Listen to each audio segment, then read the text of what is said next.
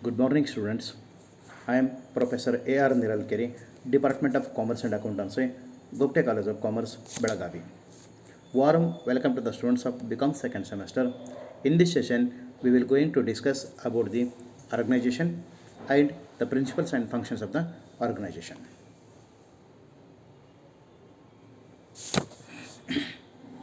Organization means a group of the people with a particular purpose. Organization means a group of the people with a common purpose such as the business. It means organization is an important means of creating coordination and the communication among the various departments of the business. That means organization is an important means of creating a coordination and the communication among the various departments of the organization. So here we can get the clear idea. An organization is a collection of the people working together in a coordinated and the structured manner. It means an organization is a collection of the people or the group of the people working together in a coordinated and the structured fashion to achieve one or more goals of the business. Organization is a fashion. Organization is a structured process. Organization is a system of organization. It is a system of conscious and the coordinated activities or the force of two or more the persons. That means organization is a fashion. It is a system of consciously coordinated activities for the of the two or more of the persons. Then we can get the clear idea through this a simple chart. An organization is defined as a deliberate arrangement of the people to accomplish some specific purpose. Here a simple definition is there. An organization is defined as a deliberate arrangement of the people to accomplish some specific purpose. A deliberate arrangement of the people to accomplish some specific purpose. It includes mainly three characteristics: people, distinct purpose, and the deliberate structured. That means the distinct purpose, the people, and the deliberate structured. Assemble of the people or peoples come together in an organization with a particular object through a structured work or the deliberate work. So here organization means deliberate of the arrangements, deliberate arrangement of the people to accomplish some specific purposes. Assemble of the peoples for a common purpose or a particular purpose through the structured work. So these are the learning objectives of the session. Here we can get the idea about the organization, and that is what is organization, what is management, and explain the functions of the management, describe the different kinds of the managers, explain the major roles and the sub roles of the managers perform in their jobs.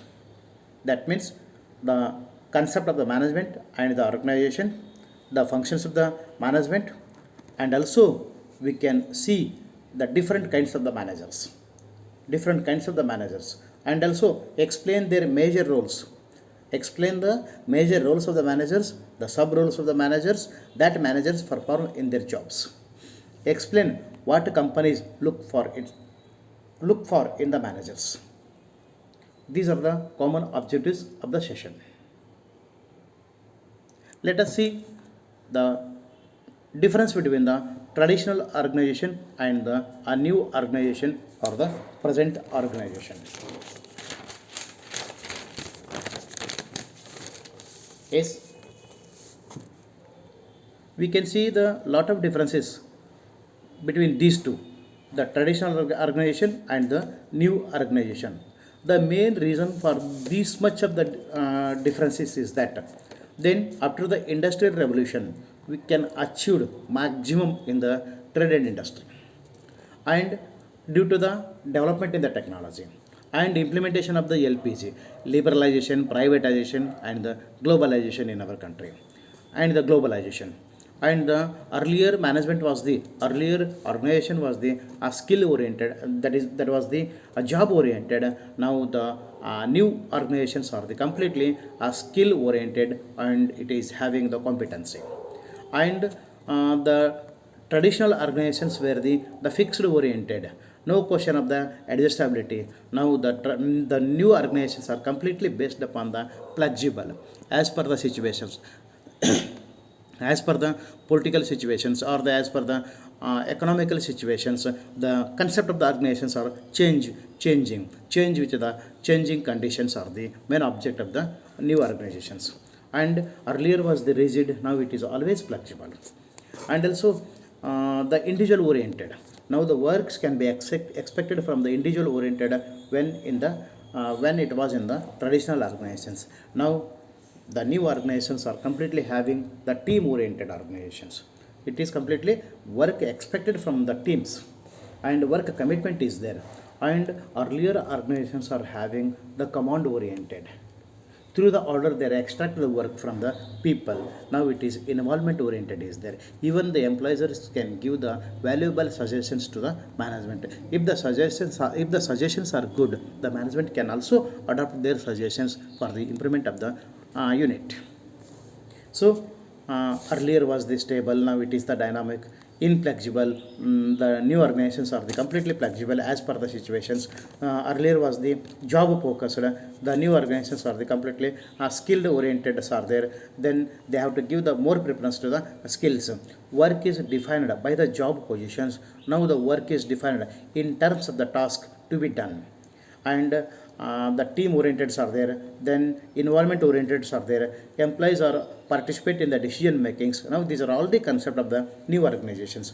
Then the new organizations always gives the more importance to the customers. So it is also called as the customer oriented diverse workforce. And work days have no time boundaries and the no place boundaries. The lateral and the network relations are followed to the new organizations. Work anywhere at any time, the main object is to reach the goal. So the maximum changes are there compared to the traditional and the new organizations. We can go for the next slide. Then concept of management. Here management means it is a process of achieving the objectives. Management is the process, a systematic process of achieving the objectives of the business organizations by bringing together human, physical, and the financial resources. That is, bringing together or the combination of the human, the physical, and the financial resources through this one, then achieving the business objectives. So it is called as it is a systematic process achieving the business objectives of the business organizations by bringing together human, physical, and the financial resources. And also we can see the meaning of the management. That is, management is making the best decisions for the organization. Management is always makes a best decision for the organizations while taking into consideration its operating environment. Then these are the important or the significance of the organizing an organization. Benefit in the specialization, role clarity, optimum utilization of the resources, optimum utilization of the funds, optimum utilization of the people's, coordination and the effective administration, adoption to change, expansion and the growth. So these are the importance of organizing an organizations. We can go for the next one. Then let us see the main aspect, that is the principles of organization. In the principles of the organization, mainly we can see the unity of objectives, then the principle of specialization and the principle of coordination. When there is a contradiction among the different levels of the goals, the desired goal can't be achieved. When there is a contradiction among the different levels of the goals, the desired goals can't be achieved, so that unity must be there in the organization. The unity can be achieved only through the good implementation of the good organization, formation of the good organization. So the unity of objectives are the fundamental principle of the organization. And the principle of specialization. An employee takes a special type of the knowledge. An employee takes a special type of the knowledge and the skill in any area, it is known as the specialization. So we have to allocate the work on their specialization. The principle of specialization is also one of the principle of the organization. Then the people of coordination. The coordination is must to reach the goal of the organization. The coordination can be obtained by group efforts that emphasize on unity of action. Next, principle of authority, principle of responsibility, then the principle of delegation. Only authority, only for giving the authority we can't achieve anything. While giving the authority, the responsibility should be fixed. So here, authority is the kind of right. Authority is the kind of the power through which it guides and directs the actions of the others, so that organization goals can be achieved through the authority. Authority is the kind of the rights, kind of the power through which it guides and directs the actions of the others, so that the organizational goals can be achieved. And only next is the principle of responsibility. Only authority is not provided to the people, but obligation is also provided. Only authority is not provided to the people, but also obligation is also provided. So the obligation to perform the duties and task is known as the responsibility. That is, implementation of the obligation or the fixation of the obligation to perform the duties and the task is known as the responsibility. Then the next one we can see the principle of delegation. The process of transferring the authority and the creation of the responsibility between the superior and the subordinates to accomplish a certain task is called as the delegation of authority. That is, the process of transferring the authority, creation of responsibility between the two persons, then those are the superior and the subordinates to accomplish a certain task is called as the delegation of authority. So here these three terms are very important: authority, responsibility, and the delegation. All these three terms are interrelated. Then the people of efficiency. Principle of efficiency. When the organization fulfills the objectives with the minimum cost, it is effective. That is, lesser the cost, higher the profit. Optimum utilization of the resources. When the organization fulfills the objectives with a minimum cost, it is called as the effective or the efficiency. Then the principle of unity of command. The subordinates should receive orders from a single superior at a time. The subordinates should receive orders from a single superiors. Then only we can achieve. Then only we can success. And then at a time, and all the subordinates should be accountable to that superior. So here, the subordinates should receive the orders from a single person, and all the subordinates should accountable to that single person only. This is the speciality of the principle. Then the principle of span of control. The principle thus helps to determine numerical limit if subordinates to be supervised by a manager. Then the principle of balance, principle of communication, principle of personal ability. The functional activities, their establishment and other performances should be balanced properly. All the activities of the organization, the functional activities and their establishment and other performance should have a balanced properly. This is also one of the important principle of the organization. And the principle of communication. Communication is the process of transformation of the information. Communication is the process of transformation of the information from one person to the another person of the different levels. The communication should be clear. Communication should be proper way. The communication at the right time. And the principle of personal ability. For an organization, human resources is important. for an organization, human resources is important. Then mainly training development programs must be encouraged to develop the skill in the employees. So here the personal ability, for the personal ability for an organization, human resources plays a very important role.